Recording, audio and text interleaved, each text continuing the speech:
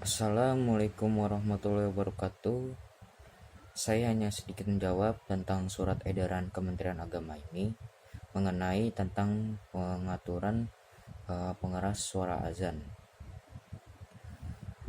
Jadi ini sebenarnya surat edaran Kementerian Agama ini mengatur supaya pengeras suara azan di masjid ini jangan sampai mengganggu keharmonisan antar masyarakat yang berada dekat dengan masjid. Karena kita melihat dari pandangan sisi yang lain bahwa kita itu bukan hanya muslim saja yang seperti di negara ini. Nah, banyak sekali yang agama-agama lain mungkin cukup terganggu jika masjid itu melakukan pengeras suara azan yang melampaui batas. Nah, maksud yang dari surat edaran ini hanya mengatur berapa kerasnya dan berapa lamanya. Seperti ya kita saat takbiran, saat salawatan, saat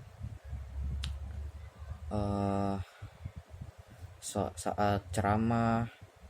Nah, ini juga dipentingkan berapa kerasnya. Kalau lebih mewajibkan lagi sih sebaiknya dilakukan di dalam saja pengeras suara azan itu. Nah, kalau pengeras suara azan yang di luar itu wajar kalau seperti azan dan iqomah. Karena yang kita tahu azan ini adalah sejarah Nabi Muhammad mendapatkan ilham untuk memanggil para muslim yang ingin menunaikan ibadah tapi tidak tahu kapan sholatnya. Nah, dengan perantara azan inilah umat-umat muslim jadi tahu. Nah, cuman karena zaman semakin canggih, pengeras suara azan ini menggunakan mikrofon, menggunakan mic dan sebagainya. Nah, cuman yang kita lakukan menggunakan mic ini, ya sebaiknya ini kita jangan menggunakan keras-keras gitu loh. Jangan sampai melampaui batas. Nah, saya punya tafsir tentang mengenai pengeras suara azan ini. Nah, wala tajhar bisa batika wala tuhafid biha wa betagahi baiha zalika sabillah. Dan janganlah engkau mengeraskan suaramu dalam sholat dan jangan pula merendahkannya dalam sholat dan janganlah pula merendahkannya, dan usahakan di jalan tengah di antara kedua itu. Nah, ini surat Quran, surat Al-Isra ayat 110. Nah, kalau kita pahami ini bahwa janganlah engkau mengeraskan suaramu dalam sholat. Nah, kita nih sholat ini kan untuk beribadah kepada Allah ya. Nah, ketika kita mengeraskan suara kita hanya untuk memanggil para umat muslim dan kita sampai melampaui batas itu, ini yang sangat tidak baik gitu, seperti yang dibilangkan dari surat Al-Isra ayat 110 ini. Nah, dengan surat edaran Kementerian Agama ini justru yang salah satu yang tepat dari surat Al-Isra ini, yaitu usahakan di jalan tengahnya seperti dari surat edaran itu, seperti cantum bahwa kita maksudnya tuh mengeras suara azan ini mengatur berapa kerasnya, berapa lamanya, dan volumenya itu sampai 100 desibel, dan diatur hanya pengeras suara azan di luar dan di dalam, dan jangan sampai azan pengeras suara itu hingga berisik, hingga orang-orang sekitar, orang-orang yang beragama lain ini terganggu gitu. Jadinya dalam pandangan sisi lain ini kita mau mengeras suara azan, niatnya tujuan baik, malah menjadi hancur karena kita sudah mengganggu antar umat beragama lain. Apalagi ibu-ibu yang lagi ceramah di masjid, ibu bapak-bapak lagi kultum. Nah terus saat itu dia menggunakan yang suara-suara keras sehingga mengganggu antar umat beragama, orang-orang non muslim, orang yang lagi sakit atau orang yang lagi belajar, sehingga mereka ini sangat terganggu.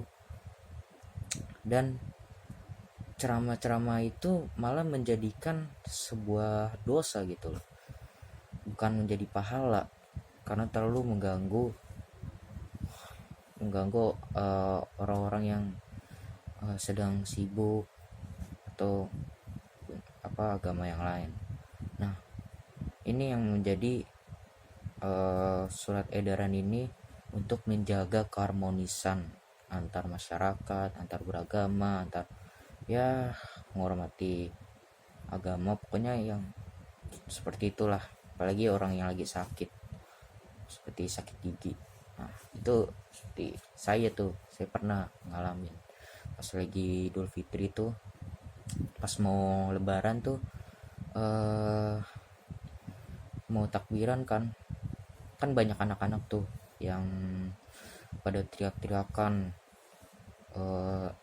di masjid, sampai kedengaran banget tuh, sampai dua kecamatan ya kan. Nah apalagi yang saya pas itu saya deket banget sama masjidnya itu. Nah itu saya saat sedang sakit gigi bener-bener sangat terganggu gitu loh dengan suara takbiran itu.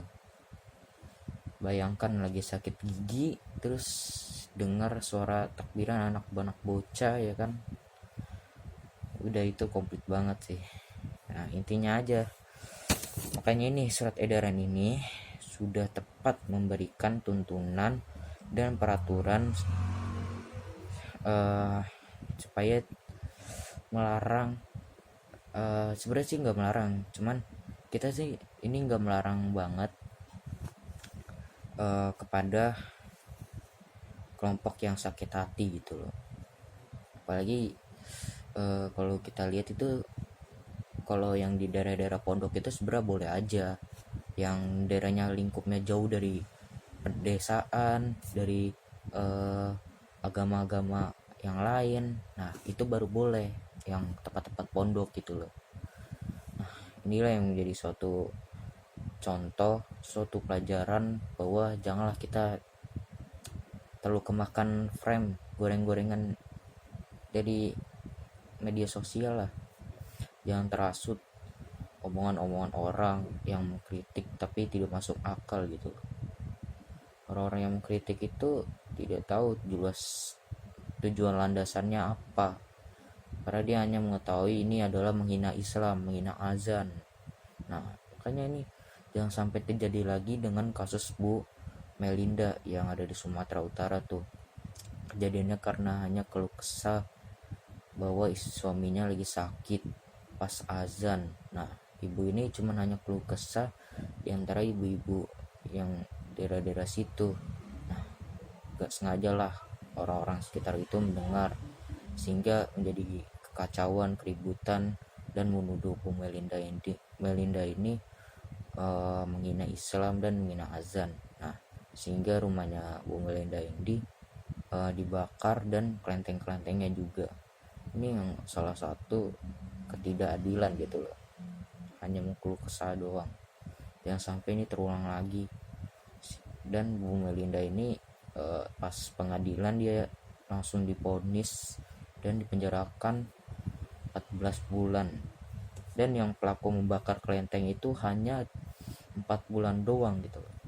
Nah ini gak ada ketidakadilan antara umat beragama gitu. Hukum kita ini sangat lemah ya. Kayak jangan sampai terulang lagi gitu loh. Ya, itulah Indonesia yang mayoritasnya muslim, tapi sebagiannya ini sudah terpapar dengan pemahaman yang radikal gitu loh, pemahaman yang sesat. Jadi ini ketika mereka terpapar ini, dia tidak bisa mentolerir lagi dan pandangan yang luas gitu, dan pandangan Indonesia yang beragam. Pokoknya jangan sampai terulang lagi ya guys. Cukup sekian dari saya, itulah kura-kura.